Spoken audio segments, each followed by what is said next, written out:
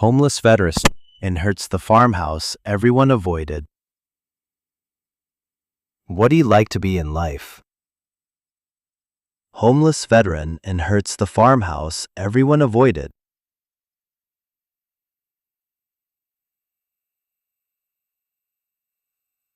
What do you like to be in life? Homeless veteran inherits the farmhouse everyone avoided.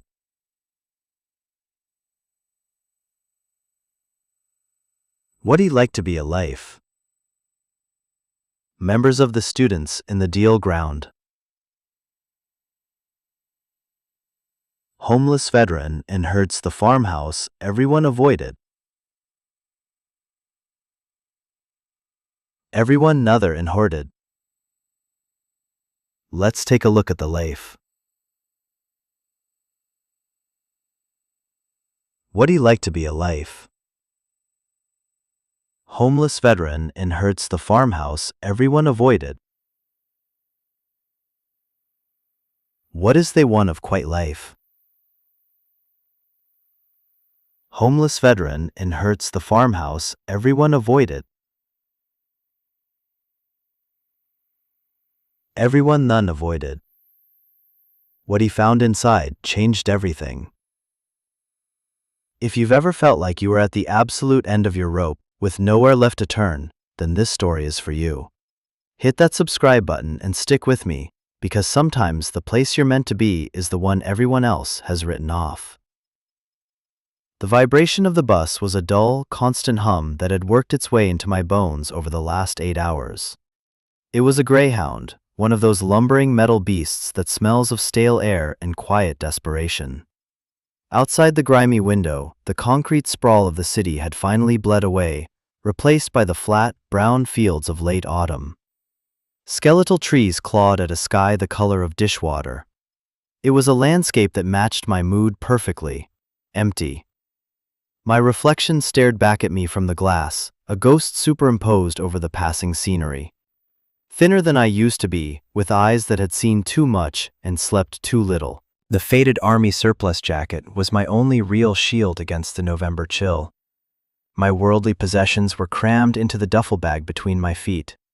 A change of clothes, a worn paperback, and a thick legal envelope that felt heavier than everything else combined.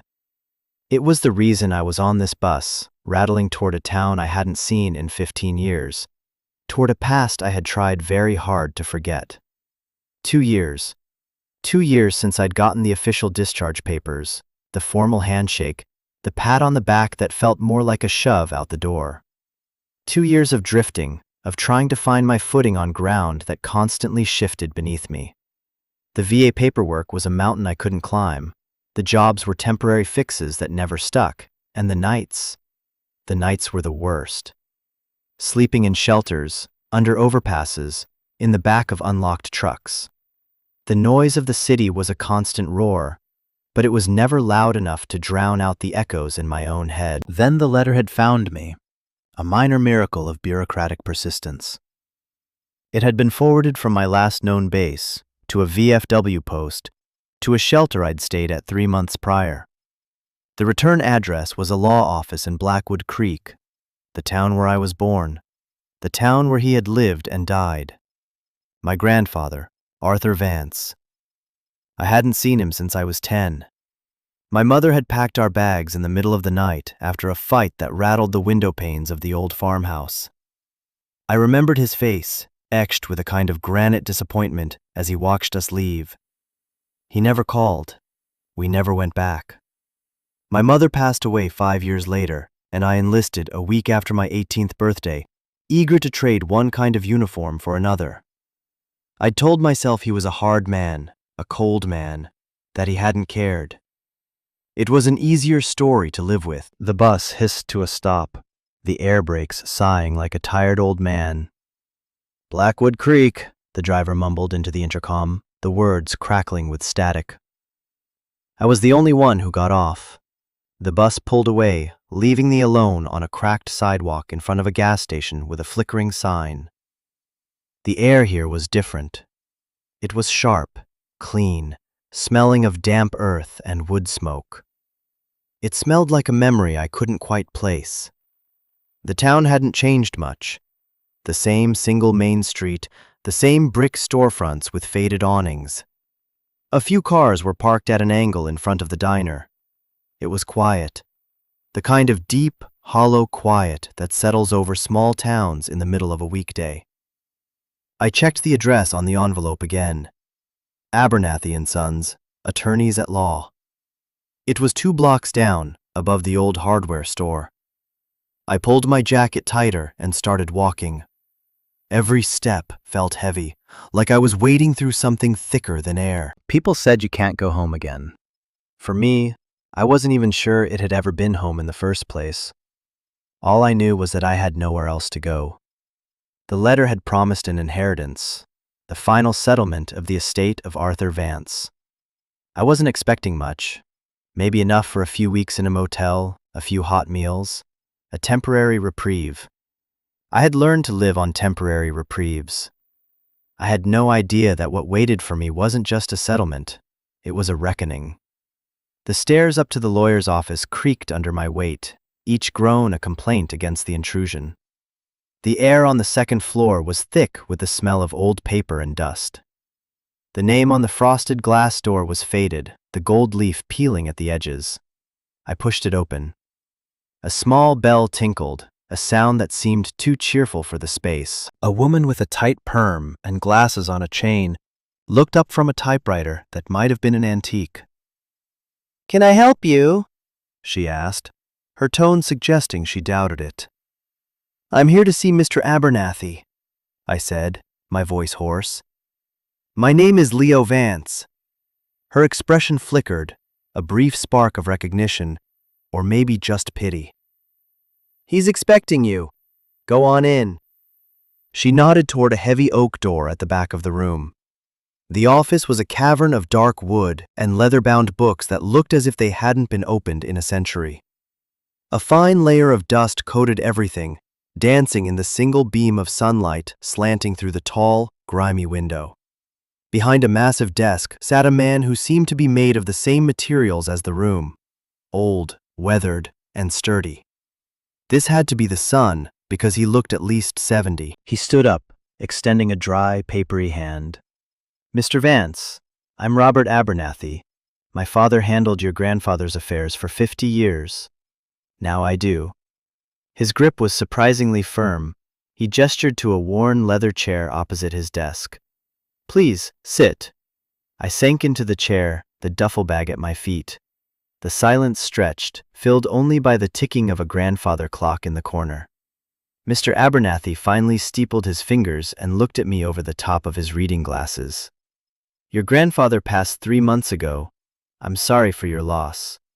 I just nodded. It felt strange to accept condolences for a man I barely knew, a man I had resented for most of my life. "He was a particular man, your grandfather," Abernathy said, choosing his words carefully. "Didn't have many friends, kept to himself, especially these last few years. But he was meticulous. His will was very clear." He slid a folder across the polished surface of the desk. "He left you everything." Everything. The word hung in the air. I thought of the farmhouse, the land. I remembered it as a boy, a sprawling property with a big red barn and fields that rolled on forever. For a dizzying second, I felt a surge of something like hope. Abernathy must have seen it in my eyes because his expression tightened with a kind of professional sympathy. "Now, before you get any ideas, you need to understand the situation. The property, the house, the barn, it's all there. But so is the debt." He opened the folder. Inside were papers, columns of numbers, official-looking documents with red stamps. He took out a significant reverse mortgage several years ago. On top of that, the property taxes haven't been paid in 2 years. In total, the estate is in arrears to the tune of about $95,000. The hope I'd felt collapsed like a punctured lung. 95,000. I had $63 in my pocket. So, what does that mean? It means the bank holds the primary lien. They've already initiated foreclosure proceedings. The county is also looking to seize the property for the back taxes. Frankly, Mr. Vance, the estate is insolvent. Insolvent? I repeated the word. It sounded sterile, legal. It meant worthless. Essentially, he confirmed.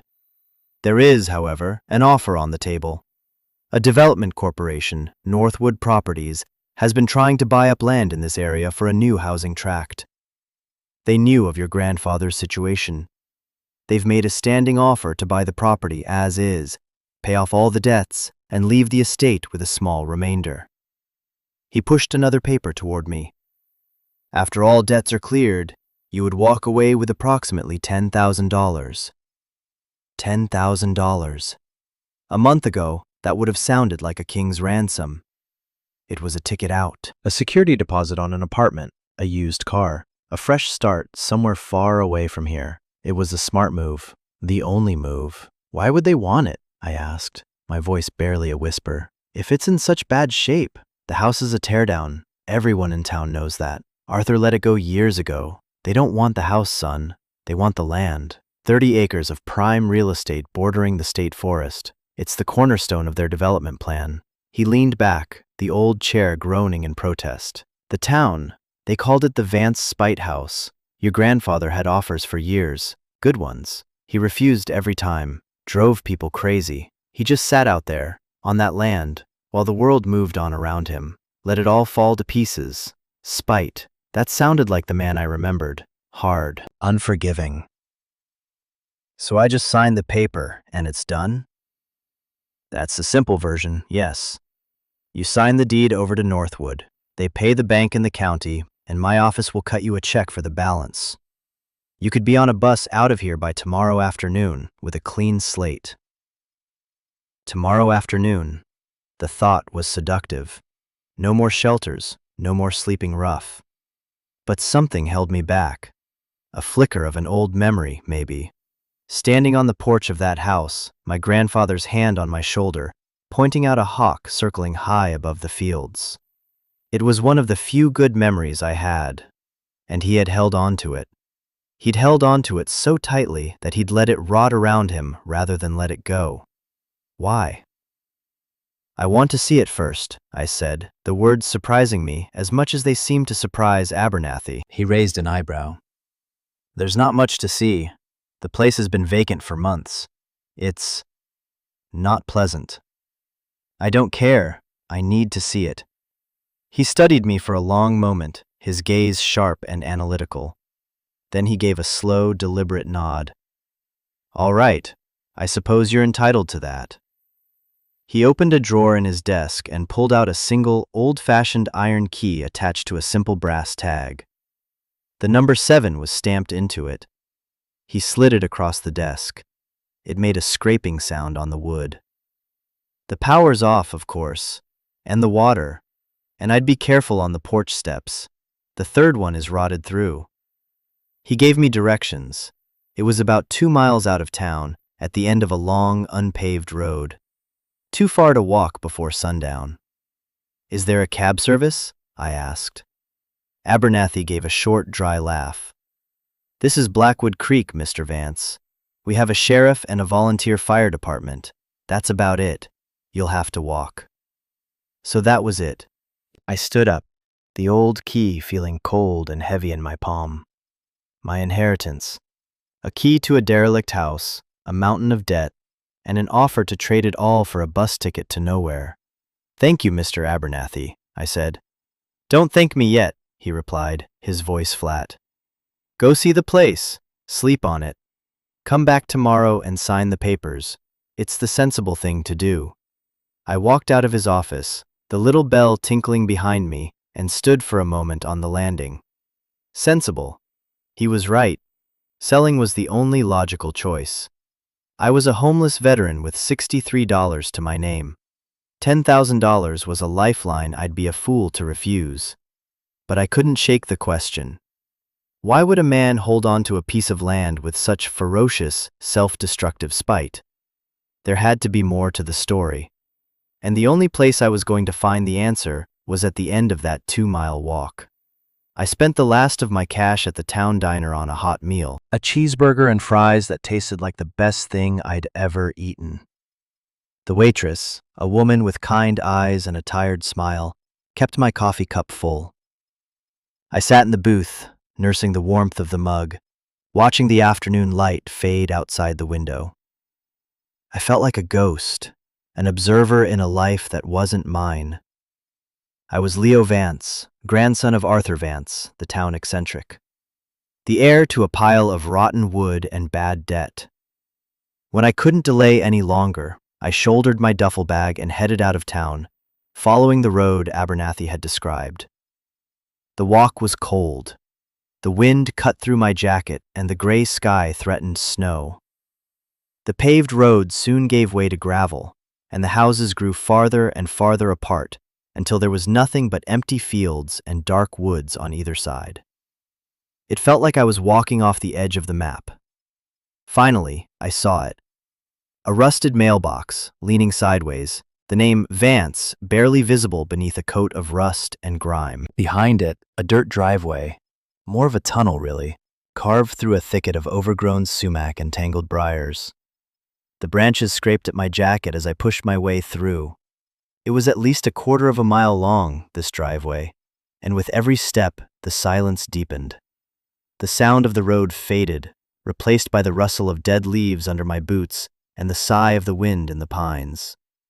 Then the trees opened up, and I saw it. The house. Abernathy's description hadn't done it justice. Derelict was too kind a word. It was a skeleton, a two-story farmhouse that must have been handsome once, but was now surrendering to the slow, relentless pull of nature. Gray paint peeled off the clapboard siding in long, curling strips, revealing the weathered wood beneath. The roof sagged in the middle, looking like a broken back. Windows were boarded up or stared out like vacant eyes with shattered panes. And the porch was a death trap. Half of it had collapsed, and the remaining section tilted at a dangerous angle. I remembered Abernathy's warning about the third step. The big red barn I remembered from my childhood was still standing, but just barely. Its doors hung open on broken hinges, and a large section of its roof had caved in, leaving a gaping hole to the sky. The whole place was surrounded by a sea of weeds, waist-high and brittle, their dead stalks rattling in the wind. It didn't look like a home. It looked like a grave. I stood there for a long time, at the edge of the overgrown yard, the cold seeping into me. This was my legacy, a monument to failure, to spite. The developer's offer felt less like a choice and more like a mercy killing. Put this place, and the memory of the man who let it happen, out of its misery. Sign the papers, take the money, run. But I had walked 2 miles to get here. I had to go inside. I had to see the rest of it. I picked my way carefully across the yard, the weeds grabbing at my ankles. I stepped onto the porch, testing each board with my full weight before proceeding. The third step was indeed a hole of splintered wood. I bypassed it and reached the front door. The wood was swollen and cracked, the paint blistered. The iron key felt alien in my hand, a relic from another time. I pushed it into the lock. It resisted, grinding with rust and disuse. For a moment, I didn't think it would turn. I put my shoulder into it, twisting with all my strength. There was a loud, painful-sounding crack, and the lock gave way. The door swung inward with a low groan, opening into darkness. A wave of cold, stale air washed over me, carrying the scent of dust, damp, and something else. Something like decay, but also like time itself. The smell of a place that had been sealed up, holding its breath for years. I stepped across the threshold, my boots echoing on the bare wooden floor. I left the door open behind me, letting a rectangle of pale, gray light spill into the entryway. It wasn't much, but it was enough to see. The inside was even worse than the outside. Dust lay over everything like a fine gray snow. Cobwebs, thick as cotton, hung from the ceiling and draped over the furniture. To my left was what must have been the living room. A sofa and two armchairs, their floral patterns faded and stained, were huddled in the center of the room, covered in a white sheet that had turned yellow with age. A stone fireplace stood cold and black against the far wall, a few charred logs still sitting on the grate. To my right, a staircase led up into the gloom of the second floor. Each step was layered with a thick carpet of dust, undisturbed. No one had been up there in a very long time. I moved deeper into the house, my footsteps the only sound. The dining room was dominated by a heavy oak table, its surface invisible under the dust. 6 chairs were tucked neatly around it, as if waiting for a family that would never arrive. On the wall, a dark rectangle showed where a picture had once hung. The kitchen was at the back of the house. It was a disaster. Cabinet doors hung open, and the linoleum floor was peeling up in cracked, yellowed sheets. A thick layer of grime covered the countertops. On the small kitchen table, a single coffee mug sat next to a newspaper, dated almost a year ago. It was like a scene frozen in time, an ordinary morning abruptly abandoned. I felt a profound sense of sadness settle over me. This wasn't just neglect, it was a surrender. My grandfather hadn't just let the house go. He had given up on living inside it. He had just existed here, waiting for the end. The anger I'd held onto for so long began to curdle into a strange, hollow pity. I wandered back into the living room, the gray light from the open door beginning to fail as the afternoon wore on. I ran a hand over the dusty sheet covering the sofa. What had happened here? What had turned a man who was once, I remembered, so proud and strong, into this? My eyes scanned the room, looking for, I didn't know what. A clue. An answer. Something to explain the waste of it all. Most of the room was Spartan, almost empty. But in the corner, tucked away by the fireplace, was a small, roll-top desk. Unlike the other furniture, it wasn't covered. It was made of dark, heavy wood, and it was locked. I walked over to it, my boots stirring up little clouds of dust. I tried the roll-top. It was jammed shut. I pulled on the drawers. Locked. All of them.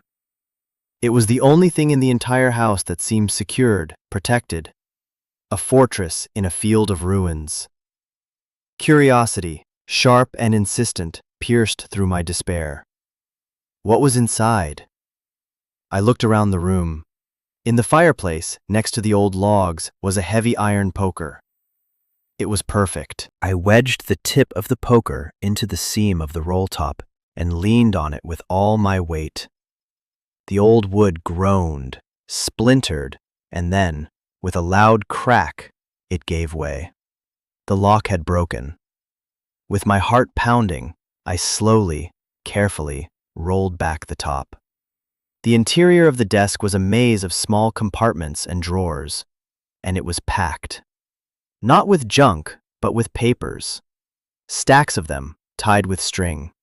Ledgers, bank statements, and in the very center, placed deliberately as if it were the most important thing of all, was a stack of envelopes. About a dozen of them, made of thick, creamy paper, bound together with a faded blue ribbon. My name was written on the top envelope in a spidery but surprisingly steady hand. Leo. I sank into the dusty desk chair, my legs suddenly weak. My hands were trembling as I untied the ribbon. The first envelope was sealed. I tore it open. Inside were several folded sheets of paper, filled with the same handwriting. I held it up to the fading light from the doorway and began to read. Leo, if you are reading this, then I am gone. And you have come back. I have prayed for that, in my own way, for 15 years. I know you must have questions. I know you must hate me. I wouldn't blame you. I let you go. I let your mother take you, and I never fought to get you back. I want you to know why. You don't remember the accident. You were too young. Just 4 years old. A fall from the hayloft in the barn. It was my fault. I was supposed to be watching you. One minute you were there, the next you were on the ground. The doctors in town did what they could, but it was bad. A head injury. They said you might not. They said there could be permanent damage. The hospital bills started coming. They were more money than I had ever seen in my life. I sold the cattle first, then the big tractor. Then I started selling off parcels of the land on the far side of the creek. Your mother, she couldn't take it. The worry, the guilt. She blamed me. And she was right to. The fights got worse. She wanted to take you to the city, to see specialists, to give you a better life than the one I could provide. I was a farmer, with no farm left, just a mountain of debt. A proud, stubborn fool. The night she left, she told me she was taking you somewhere I couldn't ruin you. And I knew she was right. So I let her go. I made her promise not to tell you the real reason. I told her to tell you I was a hard man, a cold man who didn't care. It was better for you to hate me than for you to grow up in the shadow of my failure, of my debt. I spent the next 10 years paying it off. Every last penny of those medical bills. That's why the house fell apart. That's why the barn is caving in. Every dollar I made went to the bank. I couldn't bear the thought of you being saddled with that. It was my mistake, my debt to pay. Not yours. I had to stop reading. The paper was shaking in my hands. I couldn't breathe. I looked around the decaying room, at the peeling paint and the thick dust, and I saw it all differently. This wasn't a monument to spite. It was a monument to sacrifice. He hadn't let the house go. He had offered it up, piece by piece, to pay for a mistake that had nearly cost me my life. An accident I didn't even remember. The cold I'd been feeling all day wasn't just from the November air. It was a coldness I'd carried inside me for 15 years.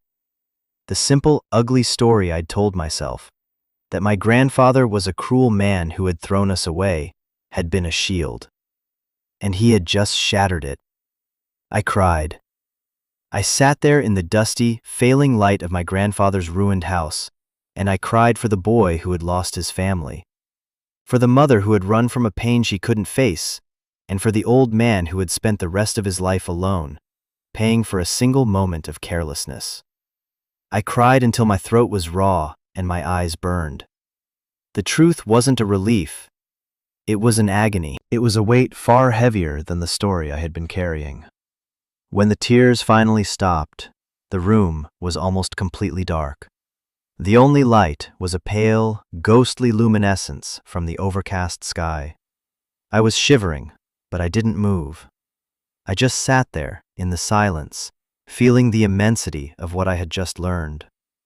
My whole life, the foundation of who I thought I was, had been built on a lie my grandfather had constructed to protect me. I picked up the next letter. My hands were steadier now. Leo, there's more you need to know. After the debts were paid, I was old. Too old to start over. Too tired to fix what was broken. I just wanted to live out my days here, on the land. But then the developers came sniffing around. A company called Northwood. They saw the fields, the trees, the proximity to the state forest. They saw dollar signs. They made me an offer. A generous one. Enough to fix this place up, live comfortably. I told them to get lost. They didn't like that. They came back with lawyers. They found out about the back taxes. They started putting pressure on the county. They thought they could squeeze the old man out. What they didn't understand is that this land is more than just dirt and trees. It's your birthright. It's the only thing I have left to give you. I knew I wasn't going to be around forever, and I knew they'd come after you the second I was gone. They'd offer you a quick payday, and you, not knowing the truth, would take it. Why wouldn't you? So I had to make a plan. It wasn't a good plan. It was a desperate one, but it was all I had. He went on to explain. He had taken out the reverse mortgage, pulling every last dime of equity out of the property. He didn't spend it. He knew the bank would come for the house when he was gone, and that Northwood would be waiting to snap it up. It was a gamble, a scorched earth defense. He was making the property as unattractive, as legally complicated as possible. He was trying to buy time. But for what? The letter ended abruptly. Look under the floorboards in my bedroom, the loose one by the window. Be careful. They will try to take this from you. Don't let them. This home saved you once. It can save you again. My whole body was buzzing, a strange mix of grief, rage, and a terrifying, unfamiliar flicker of purpose. I needed a light. My duffel bag was still by the front door. I fumbled through it, my fingers finding the small, cheap flashlight I always carried. I clicked it on. The beam cut a sharp, white circle through the oppressive darkness. I made my way to the staircase. The flashlight beam danced ahead of me, illuminating the thick, untouched dust on the stairs. I took them one at a time, the wood groaning under my feet. The second floor was even colder than the first. A long hallway with 4 doors leading off it. I pushed open the first one. A bathroom, the mirror cracked, the porcelain stained. The second was a guest room, empty except for a metal bed frame. The third was my old room. A small wooden bed, a child-sized desk. A faded poster of a baseball player was still tacked to the wall. A lump formed in my throat. I backed out and closed the door gently. The last door at the end of the hall had to be his. It was. A simple iron bed, neatly made, a single wooden chair, a tall wardrobe, and a window that looked out over the dark rolling fields. I swept the flashlight beam across the floor. The floorboards were wide, old-growth pine, dark with age. I walked over to the window and knelt down. I ran my hand over the boards, feeling for a loose edge. There. One of them had a slight give to it. I used the tip of the poker again, wedging it into the crack and prying upwards. The board came up with a screech of old nails. I shone the light into the dark space beneath. It was a cavity about 2 feet deep, and it was filled with metal ammunition boxes, the old green kind with latches on the side. There were at least 10 of them. My heart hammered against my ribs. I reached in and pulled one out. It was heavy. I set it on the floor and worked the stiff latch. It popped open. I pointed the flashlight inside. It was full of cash. Stacks of it, bundled in paper bands. Hundreds, 50s, 20s. I opened another box. Same thing. And another. All of them were filled with money.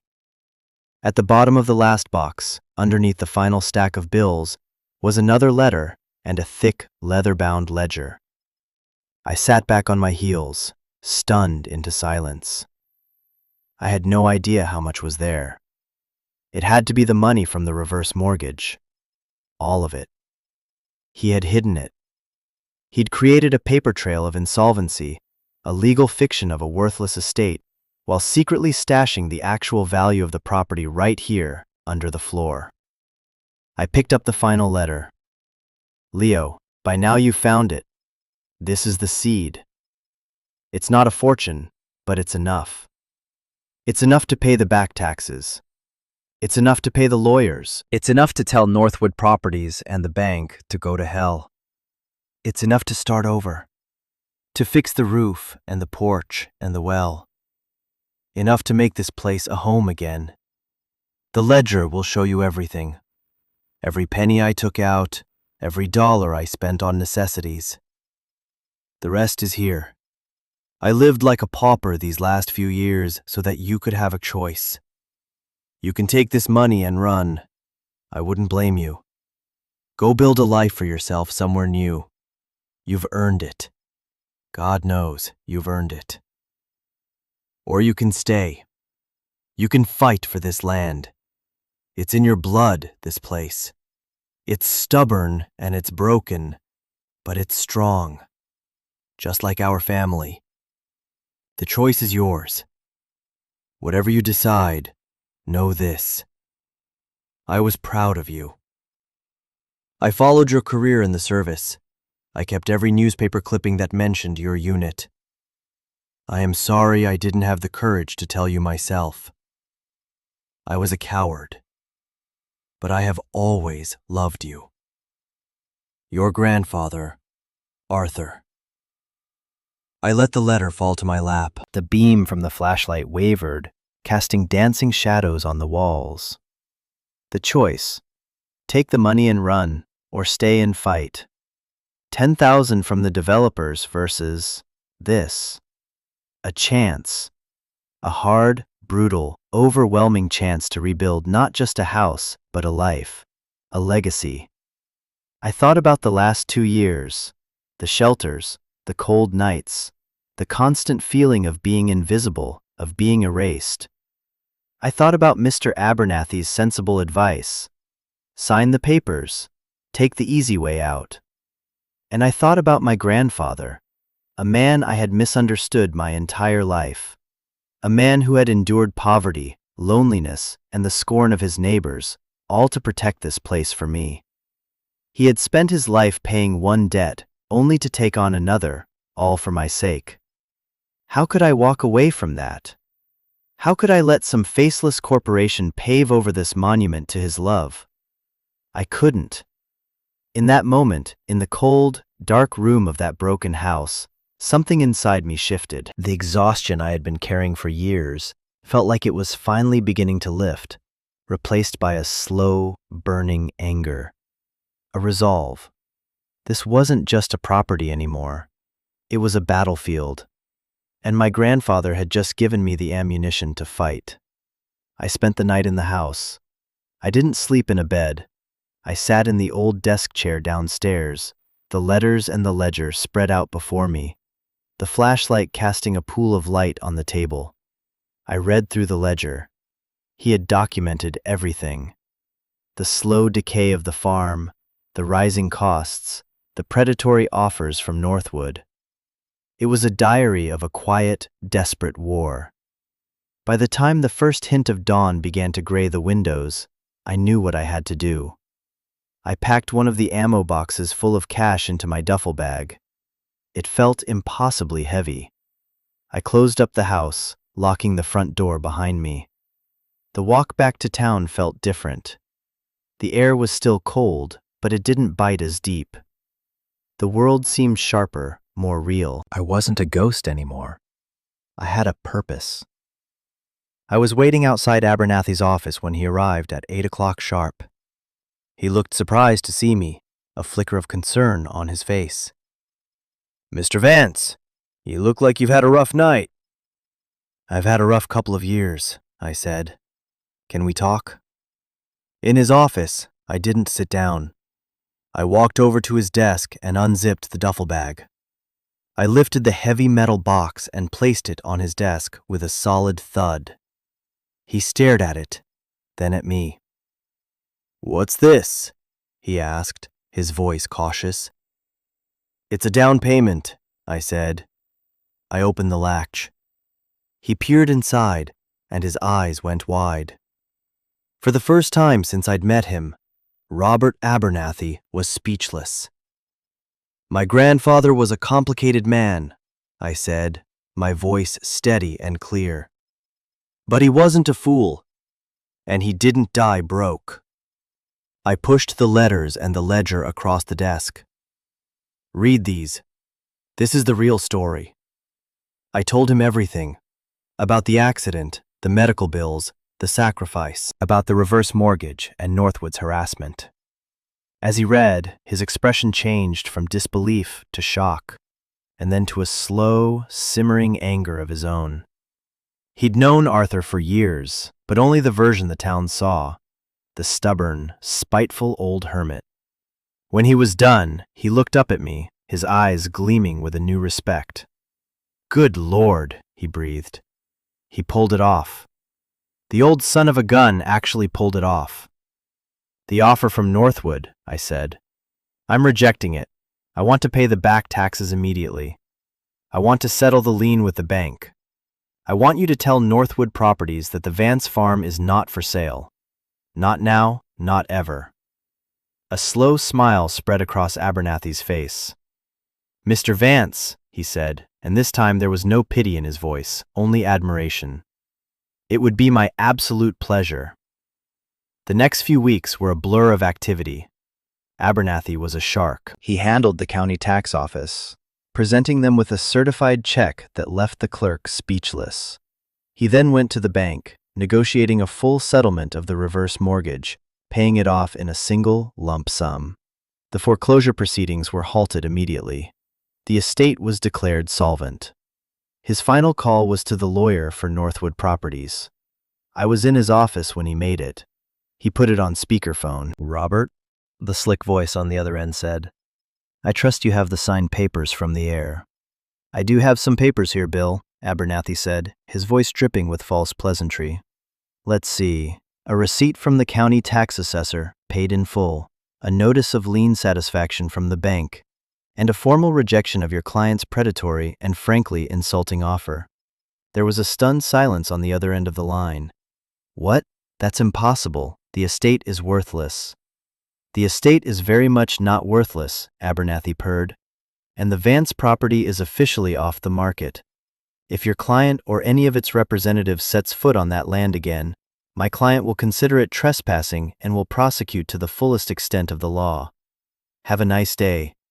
He hung up the phone with a decisive click. He looked at me and grinned. "Well," he said, "that's that.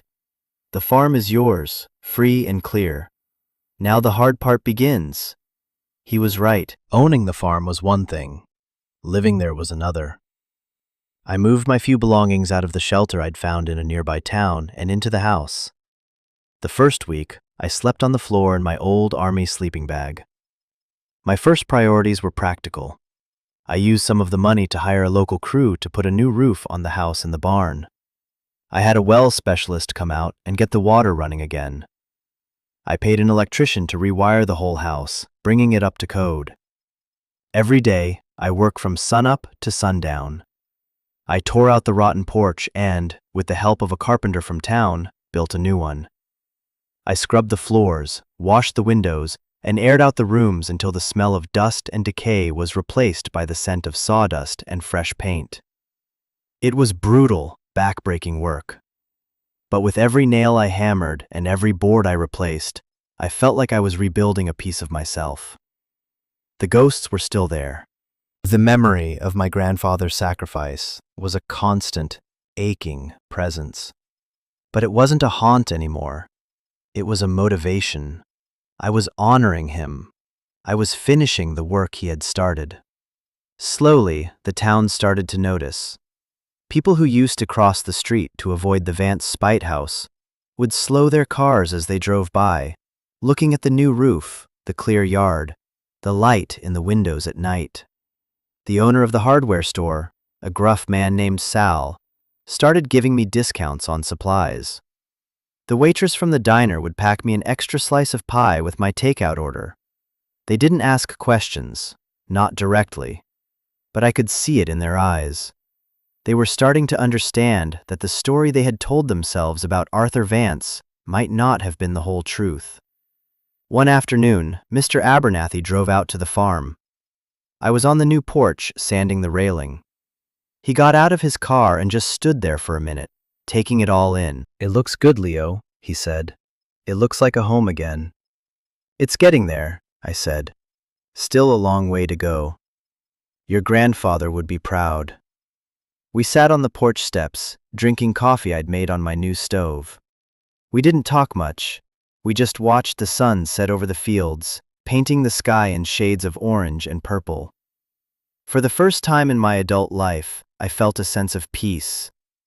I wasn't running anymore. I wasn't hiding. I was building. The money my grandfather left was a tool, a means to an end. It was enough to fix the house and give me a cushion to live on while I figured out my next steps. I started small. I cleared one of the fields and planted a large vegetable garden. I bought a few chickens. I found an old, broken-down tractor in the back of the barn and spent a month taking it apart and putting it back together until, one day, it sputtered to life with a cloud of black smoke. I wasn't just fixing a farm. I was learning to live again. The quiet no longer felt empty. It felt peaceful. The work didn't feel like a burden, it felt like a purpose. The echoes in my head, the ones from my time in the service, began to fade, replaced by the sound of the wind in the trees and the crow of a rooster at dawn. I found other things in the house as I cleaned it out. In the attic, a trunk filled with my mother's childhood drawings. In the barn, my grandfather's old woodworking tools, still sharp and well-oiled. And in a shoebox at the back of his closet, I found the newspaper clippings he'd mentioned. Dozens of them. Small articles from local papers near the bases I'd been stationed at. A charity drive my unit had organized. A mention in a list of promotions. He had saved every single one. He had been watching over me, from a distance, the whole time. This story, my story, isn't about inheriting a house or finding a pile of money. It's about inheriting a legacy. It's about discovering that the stories we tell ourselves about our past are often incomplete, and that the truth, however painful, can set us free. My grandfather gave me more than a farm. He gave me a second chance. He gave me a place to heal, a place to put down roots, a home. And that's a lesson I wanted to share with all of you. If you've made it this far, thank you. This channel is about stories like this. Stories about hitting rock bottom and finding a way back up. It's for anyone who has ever felt lost or broken or misunderstood. So if this resonated with you, if you've ever had to fight for your own second chance, I want you to do two things. First, hit that subscribe button and become part of this community. We're building a place here for people who get it. Second, I want you to go down to the comments and share a piece of your story. Tell me about an inheritance you received that wasn't about money, a piece of wisdom, a second chance, a legacy of love or sacrifice that changed your life. I read every single comment because your stories matter. You are not alone. Thank you for listening.